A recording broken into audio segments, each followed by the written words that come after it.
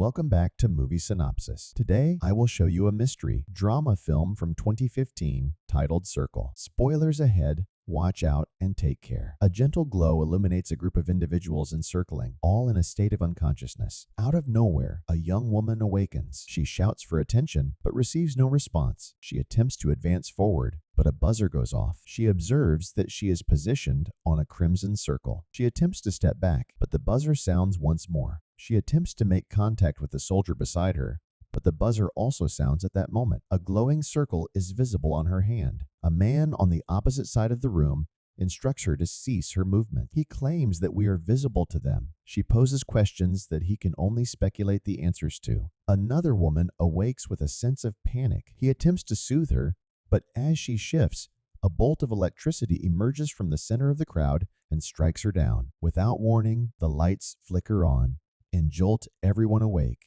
with one man tragically passing away in an instant. The man instructs everyone to halt their movements as a police officer searches for his firearm. He instructs everyone to remain motionless and refrain from making physical contact with anyone. A beeping noise is audible as one of the deceased men is pulled away, their hand also glowing. The beeping persists as the electrical charge intensifies, ultimately causing the death of the first man before he can utter another word. Everyone is currently in a state of panic, but as they begin to calm down, the man wearing the hat realizes that he is the one controlling the lights on the floor. The woman stands still as the light comes to a halt and the electricity jolts her. The man in the hat instructs the others to observe how they can alter the lights on the ground when they inquire about the situation. Everyone follows his guidance, and they come to understand that they can only see the light they are directing. The man in the hat claims that they have the power to decide who lives and who dies. The beeping commences, and another individual is shocked. The pregnant woman begins to look around,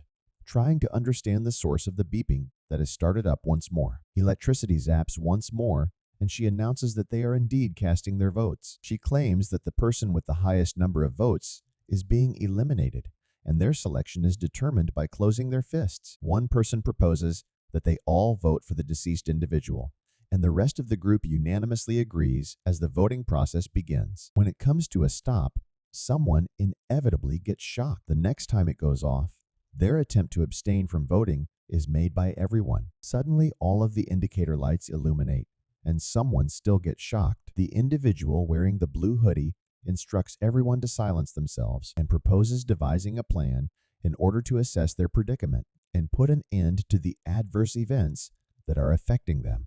His proposal was to prioritize killing the older individuals. The man in the hat concurs. However, not all others do. The blue hoodie suggests beginning with the person to his right and eliminating them in a clockwise order.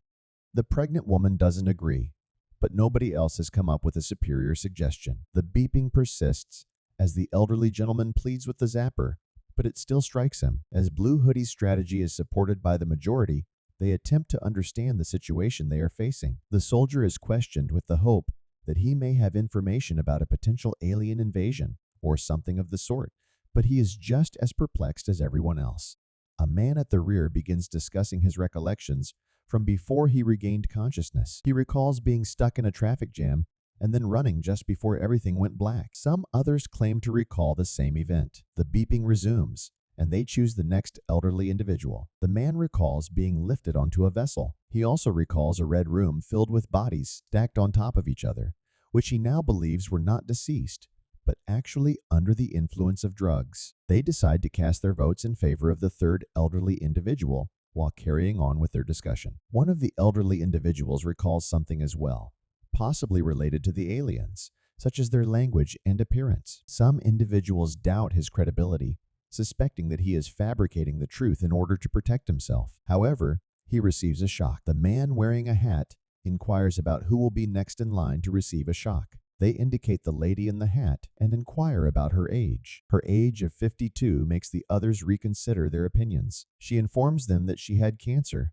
but she managed to overcome it. The person in the blue hoodie believes that due to her increased likelihood of death compared to the others, she should be the next one in line. A doctor interrupts, stating that it is incorrect. The blue hoodie suggests that because she is over 50, she should leave, but some of the others are unsure how low the age limit might eventually become. Blue Hoodie attempts to persuade them with his strategy, but his efforts are unsuccessful. He is killed by them. Cancer Lady recommends that they begin to investigate the reasons for their selection to the circle, while others believe it was just a coincidence. She suggests that they should make an effort to get to know one another better. The first person to speak is Beth, who shares information about herself with the group. When she begins to talk, the beeping sound resumes, and she receives a shock. Following that, the majority of individuals believe it is prudent to refrain from disclosing their names and are hesitant to share any additional information. Craig proceeds to say that the woman seated to his left is his spouse. Regardless, the question of who else is familiar with each other is posed, and a man at the rear of the room declares that he is acquainted with the doctor. They both refuse to reveal how they are connected. Craig pleads with the people, asking them to spare his wife's life. The beeping persists, followed by another zap. Afterward, the Hispanic man is requested to speak, but he is unable to comprehend English. The woman standing behind him offers to provide translation services. She inquires about his family, and he responds that he has 3 daughters residing in Mexico. The conversation is initiated by the man in the red tie, discussing illegal immigrants, only to be questioned by the man in the flannel shirt about whether he would require a green card to be abducted by aliens. The translator is instructed to inquire if he was in the U.S. legally, and he responds in the negative. The beeping persists and unexpectedly zaps a young girl sitting in the front row, shocking a few people. The officer identified Raul in the front row as the man who had assaulted his girlfriend. The Cancer Lady inquires if he is certain that it was indeed him. The interaction between the police officer and Raul shifts focus towards profiling and discrimination rather than focusing on any specific actions Raul may have taken. When they inquire about whether he physically harmed his girlfriend, he responds by stating that she received appropriate consequences. In the following round, Raul will be zapped. Following that, the blonde in the front row suggests that perhaps their task is to determine who is good and who is bad. She believes there must be a purpose for their presence, but her companion disagrees, suggesting that perhaps the aliens want them to eliminate each other as they observe. Nevertheless, the blonde man standing behind her interprets her question as determining who is worthy of survival. They are pondering what criteria they should use. All the while, the beeping persists. The Muslim woman in the front row is zapped. The conversation is sparked by the African-American man who poses a question about race. The white individuals initially claim that there is no fairness in the room, while the African Americans advise him to refrain from further discussion in order to avoid becoming a target. Hat Guy is in agreement with them. The question uncovers people's true feelings towards race. The police officer is about to speak next, exposing his racial bias and discrimination. The cop dies as the beeper begins. The soldier believes that opinions and prejudices should not be discussed, but the African American man disagrees, insisting that everything should be openly acknowledged. The soldier and the translator agree that they should not be at odds with each other and should instead focus on understanding the situation they are in. During their next voting attempt, they try voting for themselves, but their efforts are unsuccessful, so they attempt to vote for the individual beside them. Someone will still experience a shock due to someone's error. They attempt the same action once more, with the pregnant woman assisting the child beside her.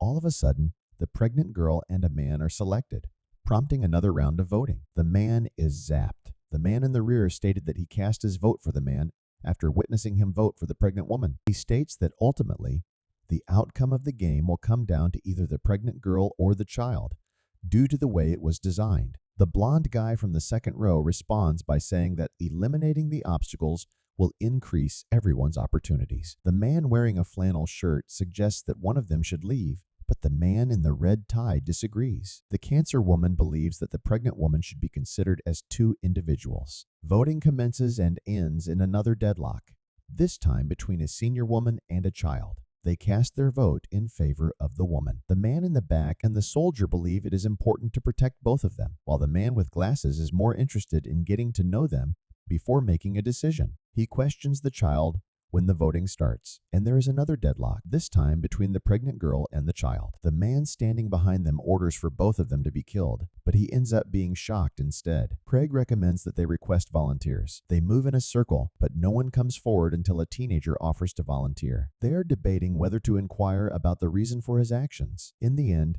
he does respond, expressing that he is unwilling to harm anyone. Flannel's shirt indicates that he is a child and suggests that it is unjust to allow him to participate. The man with the red tie and glasses expresses disagreement and questions to confirm if he is certain. An elderly man from the rear takes over for him and walks away from his group when the beeping begins. Red tie and glasses continue to advocate for seeking volunteers, but they are hesitant to volunteer themselves. Flannel Guy believes that only the pregnant girl should remain in their current position, while everyone else should move forward. After the glasses, Guy questions the teenager about their intentions. The teenager exits the area upon hearing a sound, resulting in their death. Afterwards, it is expected that the soldier will volunteer. However, he is reluctant to do so as he believes he has already made enough sacrifices in his life. He desires to return to his family and see his child. Time is ticking away, and they are in need of a volunteer. It is being done by a woman from the back as she has lost her son. The deacon informs her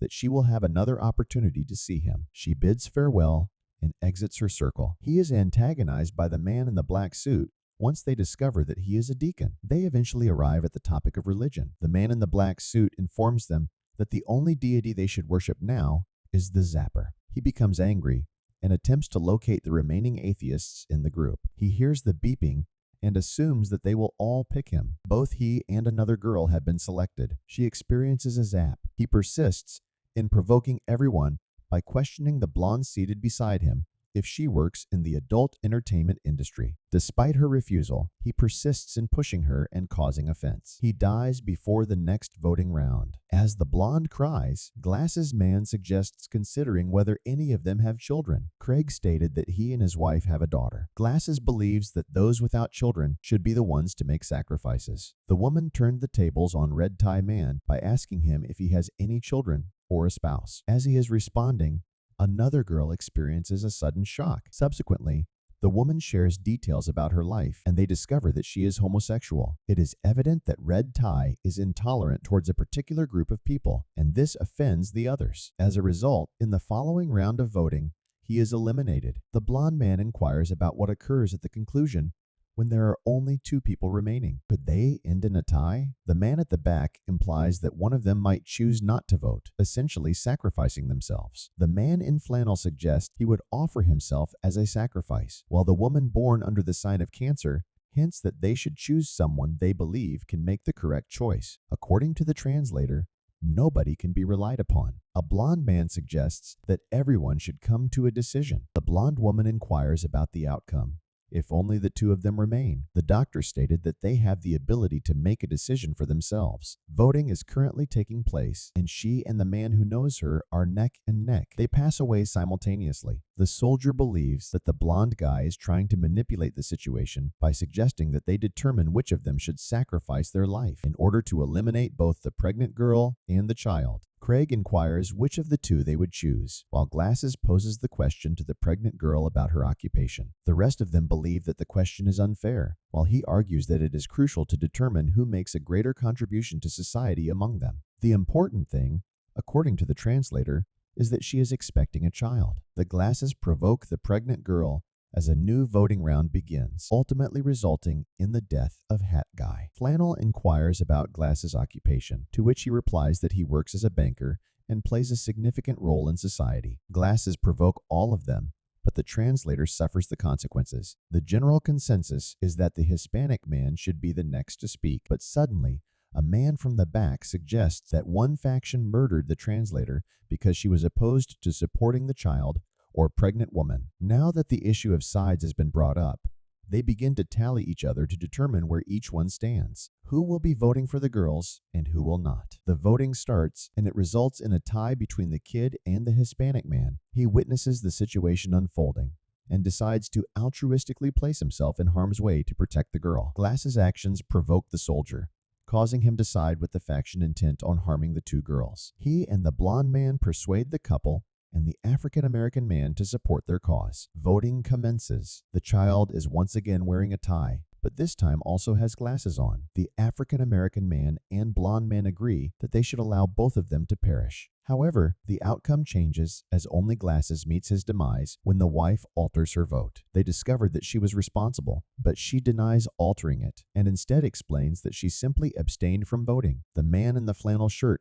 asserts that everyone is aware of their mortality and believes that it is preferable to maintain a sense of dignity in the face of death. Craig believes he is suggesting that the child should perish while the pregnant girl should be the last one standing. The man with blonde hair is trying to win over the blonde woman to his side, but when he fails, he suggests voting for the flannel-wearing man in order to create balance and allow for more discussions on various topics. They cast their votes in favor of the guy wearing flannel. Afterwards, they attempt to determine the most common choice among each group, leading the soldier to propose that they vote for the wife in order to assess the husband. Just before the vote is finalized, Craig changes his mind, and the soldier announces that they are all voting in favor of the African-American man. Following his passing, the blonde individual becomes upset with Craig and questions the validity of their marriage, potentially attempting to alienate others from them. They all begin to question them, but the wife gives in when one of the women asks for his name. She can't recall when he previously said it. Craig eventually admits that it was her suggestion, but they still decide to kill him. The imposter wife reassures them that she was truthful about her child. The blonde man constantly emphasizes to everyone that they are all murderers, but he assures the wife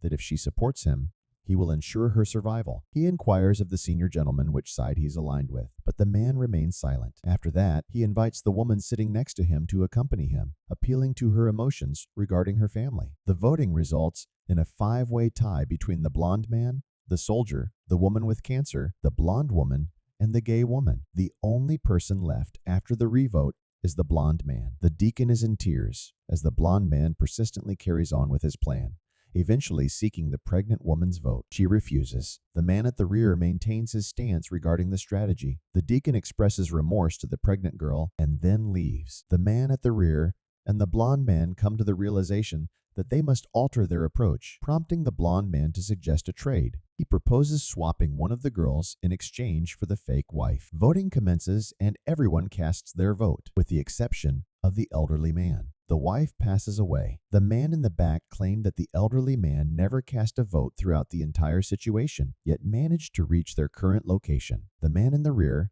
and the blonde man engage in a heated debate about him, with the former leading the latter to believe that they will both support the older man in the end. However, he and the pregnant girl have reached an agreement on who they will vote for. The blonde guy is killed by the zapper. Only 4 are left. This time, their only option is to vote for the older man. He passes away. The man is alone with the 2 women, and they discuss the cause of what is going on. He suggests that aliens could be performing a study to understand human nature and priorities. The pregnant girl inquires about the rationale behind making individuals kill each other, to which the man responds that by selecting who perishes, they can observe how people evaluate each other and analyze their thought processes. Afterward, he informed the 2 girls that they would need to choose which of them would die, as he could not make that decision for them.